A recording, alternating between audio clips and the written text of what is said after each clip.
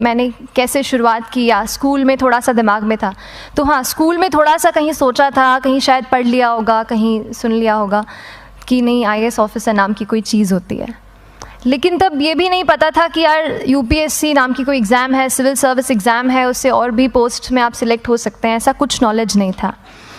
जब मैं अपने कॉलेज लेवल में आई, जब कॉलेज में एडमिशन लिया, मैंने भोपाल से ही प्राइवेट इंजीनियरिंग कॉलेज से केमिकल इंजीनियरिंग किया है।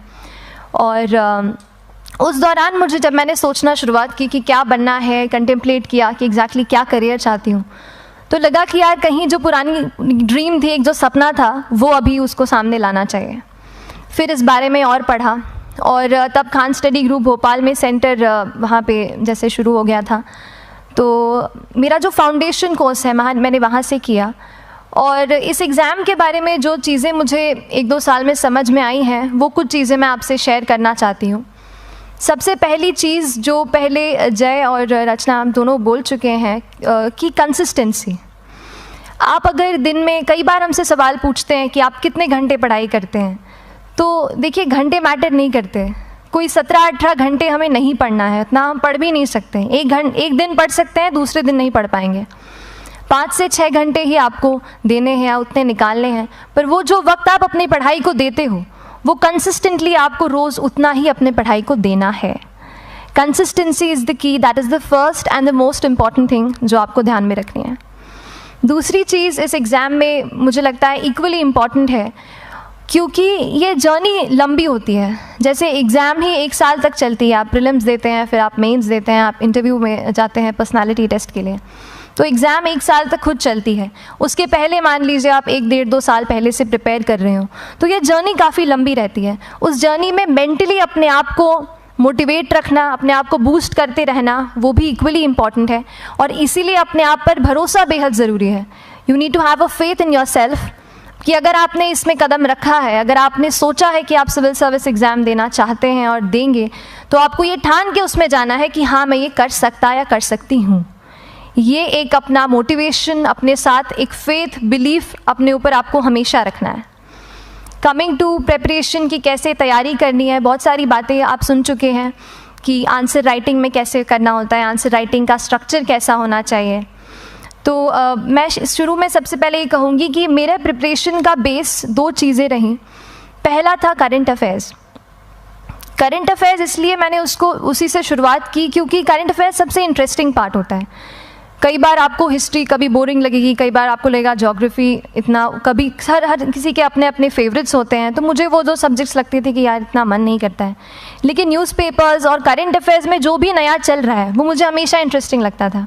इंटरनेशनल रिलेशंस में क्या हो रहा है, क्या सोशल रियलिटीज़ हैं, कहाँ क्या हुआ, उसका क्या इम्पैक्ट पड़ेगा एडमिनिस्ट्रेशन पे और हमारी कंट्री पे, तो उसको आप अपना एक बेस बना सकते हो।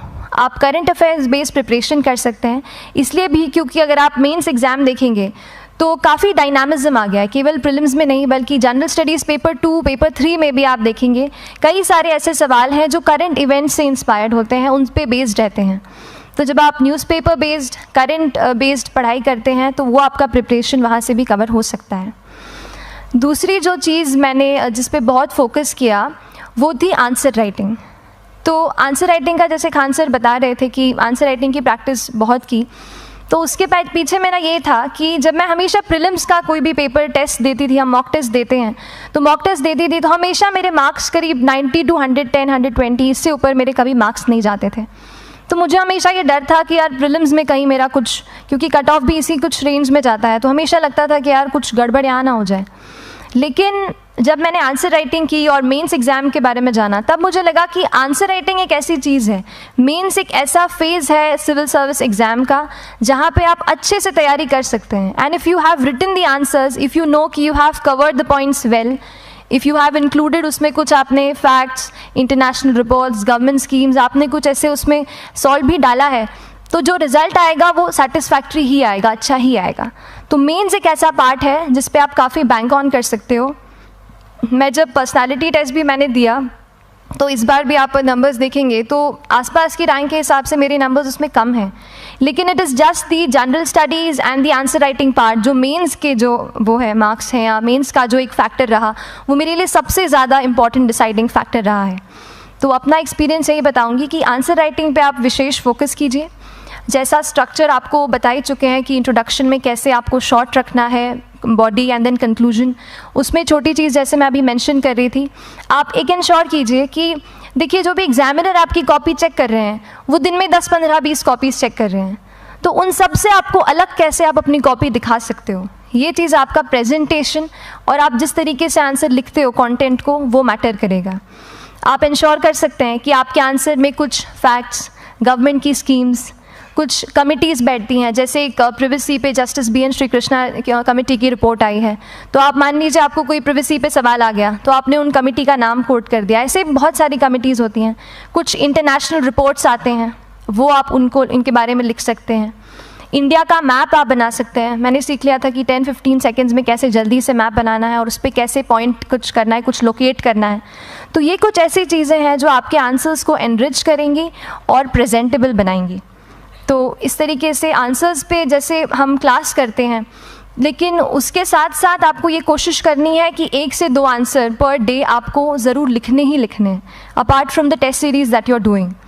आंसर राइटिंग से 2-3 चीज़ें होती हैं, ना केवल हमारी एक लिखने का हमें समझ आता है हम क्या लिखते हैं कैसा है, पर हमारा कॉम्प्रिहेंशन भी इम्प्रूव होता है।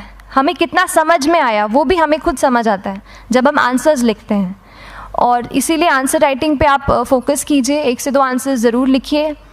और आंसर राइटिंग के बाद the third pillar of my preparation जो काफ़ी इंपॉर्टेंट जिसने रोल प्ले किया, that was tests and test series and mocks. देखिए हम पढ़ रहे हैं यहाँ पर, I will also come to the point कि हम कैसे दिल्ली, भोपाल और इंदौर में प्रिपेयर करके बिना दिल्ली जाए हम कैसे कर सकते हैं, I will come to that point. पर उसके पहले टेस्ट की थोड़ी बात कर लेती हूँ कि टेस्ट देना क्यों ज़रूरी है। हम ये जो एग्ज़ाम दे रहे हैं सिविल सर्विस की, ये एक ऑल इंडिया लेवल एग्ज़ाम है and this cut throat competition. तो उसके लिए आप केवल पढ़ते रहें, सारी बुक्स, मटेरियल्स, स्टैंडर्ड, ये करंट का सब पढ़ लें, लेकिन अगर आप ये नहीं जज कर पाए कि आपका क्या लेवल है at an all India level, तो चीज़ें समझ में आप नहीं, मतलब आप आगे नहीं बढ़ पाएंगे या सही डायरेक्शन नहीं पकड़ पाएंगे। तो इसलिए आप टेस्ट से घबराइए मत। कई बार टेस्ट का इनर्शिया होता है, ऐसे लगता है कि जब तक पूरा सिलेबस कंप्लीट नहीं कर लूँ तब तक टेस्ट नहीं दूंगा, लेकिन सच में बात ये होती है कि जब तक हम GS के मतलब पेपर देने अंदर भी घुसते हैं ना, तब भी उस सेकंड पे लग रहा होता है कि कुछ छूट गया है हमारा।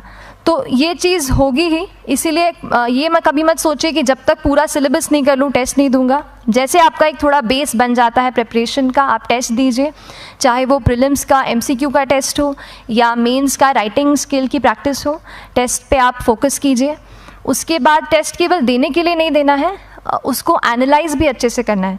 When you get the answer hints, when you get the answer keys, analyse properly कि आपकी क्या गलती हुई है और उससे भी सीखने की कोशिश कीजिए कि क्या कुछ नया मुझे इस टेस्ट पेपर से या इस आंसर कॉपी से मिल सकता है। तो इस तरह से टेस्ट पे भी आप फोकस कीजिए। And I will come lastly to the point कि जब मैंने प्रिपरेशन शुरू की थी अपने कॉलेज के 2nd ईयर 3rd ईयर आते आते, तो मन में बहुत सारे फियर्स थे। मैं भी एक नॉर्मल फैमिली से हूँ, मेरे फैमिली में किसी ने आज तक सिविल सर्विस का पेपर भी नहीं लिखा था, तो मन में बहुत सारे फियर्स थे, डाउट्स थे, क्या होगा, कैसे होगा। तो हो सकता है आपके मन में भी ऐसा हो। और हम जैसे यहाँ रहते हैं, हम सोचते हैं कि दिल्ली जाना तो सबसे ज़रूरी है, उसके बिना तो ये एग्ज़ाम हो ही नहीं सकती। तो उस पर मैं एक चीज़ बताना चाहूँगी कि जैसे KSG जैसे इंस्टीट्यूट हैं, जो फैकल्टी भी हमें वही मिलती है जो दिल्ली में पढ़ा रहे हैं, तो ये एक बहुत पॉजिटिव पॉइंट है कि क्वालिटी का कोई दिक्कत नहीं आएगी। बस एक चीज़ है, आप ज्वाइन करते हैं class, that will only provide you a direction. वो आपका रास्ता दिखा सकते हैं आपको कि इस रास्ते पर आपको चलना है, लेकिन चलना उस रास्ते पे आपको खुद है। You have to work on your own. कभी ये मत सोचिए कि मैं वहाँ नहीं जा पा रहा हूँ तो नहीं हो सकता, यहाँ है, तो हम एक्सक्यूज़ेस बनाते हैं। कई बार चैलेंजेस आते हैं। तो मैंने कॉलेज के साथ प्रिपरेशन की, तो उसमें भी काफ़ी दिक्कत आती थी। कभी कभार कॉलेज की एग्ज़ाम होती थी तो इसमें मैं अपना उतना वक्त नहीं दे पाती थी। तो उस मोमेंट पे फिर प्लानिंग ने मुझे बहुत हेल्प किया कि हम किस तरीके से अपने कॉलेज के एग्ज़ाम के लिए प्लान कर लें। जैसे मैंने इंजीनियरिंग की है और मुझे पता है कि हम इंजीनियर्स 1 महीने से ज़्यादा पहले से पढ़ते नहीं हैं। पढ़ते हैं क्या? तो वो चीज़ आप ध्यान रख सकते हो, उसको अपना स्ट्रॉन्ग पॉइंट बना सकते हो। 1 से 1.5 महीना जब exam is approaching, I use to plan my entire syllabus का प्रिंट आउट निकाल के I use to make my notes, उस तरीके से उसको मैं उसको संभाल लेती थी। तो whenever you are managing those things together, focus on planning, किस तरीके से आप एक माइक्रो प्लान बनाएं, अपना डेली एक प्लान बनाएं, वीकली टारगेट सेट करें और एक ब्रॉड विजन दिमाग में रखें कि ब्रॉडली आप मंथ्स में क्या कवर करने वाले हैं। अगर आप प्लानिंग अच्छे से करते हैं तो ज़्यादातर पोर्शन आपका वहीं से कवर हो जाता है। और